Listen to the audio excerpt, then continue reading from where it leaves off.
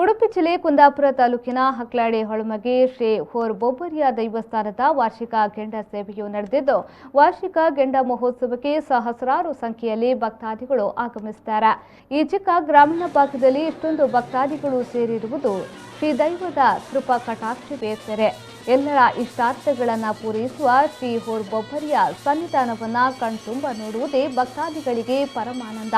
ಶ್ರೀ ದೈವವನ್ನ ಕಂಡು ಪೂಜಾದಿಗಳನ್ನು ಕೊಟ್ಟು ಸಂತುಷ್ಟರಾಗುವ ಭಕ್ತಾದಿಗಳ ಸರದಿ ಸಾಲು ಹಾಗೂ ಶ್ರೀ ಹೋರ್ಬೊಬ್ಬರಿಯ ದೈವವು ಕಾರಣಿಕ ದೈವವಾಗಿದೆ ಎಂಬುದಕ್ಕೆ ಇಲ್ಲಿ ನೆರೆದಿರುವ ಭಕ್ತಾದಿಗಳೇ ಸಾಕ್ಷಿ.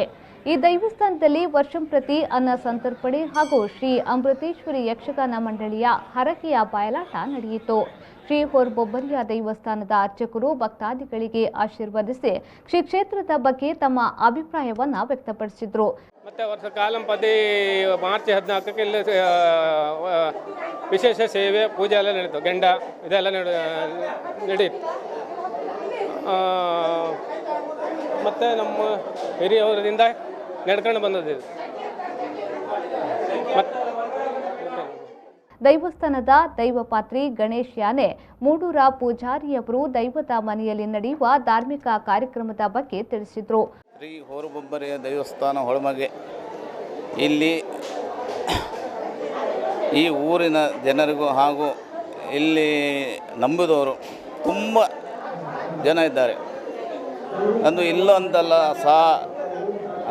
ಘಟ್ಟ ಅಂದರೆ ಶಿವಮೊಗ್ಗ, ತೀರ್ಥಹಳ್ಳಿ, ಸಾಗರ, ನಮ್ಮ 3-4 ಜಿಲ್ಲೆ ಕೂಡ್ಕೊಂಡು ಈ ಸ್ಥಳ ನಂಬಿದ್ದಾರೆ.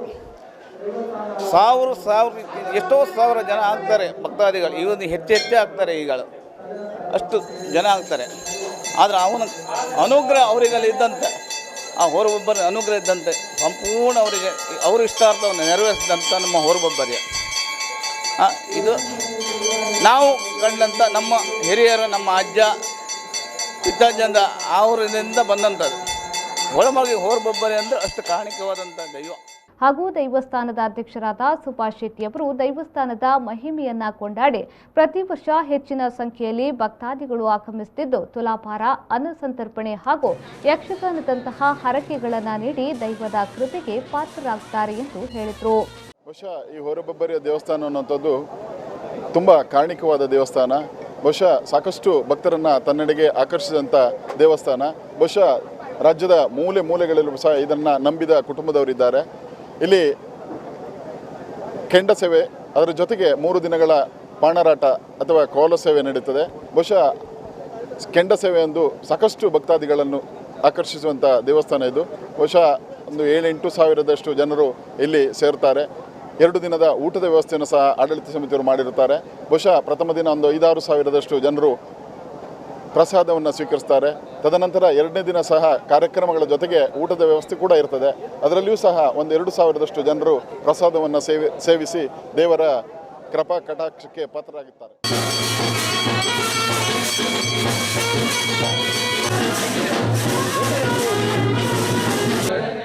ರವಿರಾಜ್, ವಿ4 ನ್ಯೂಸ್, ಕುಂದಾಪುರ.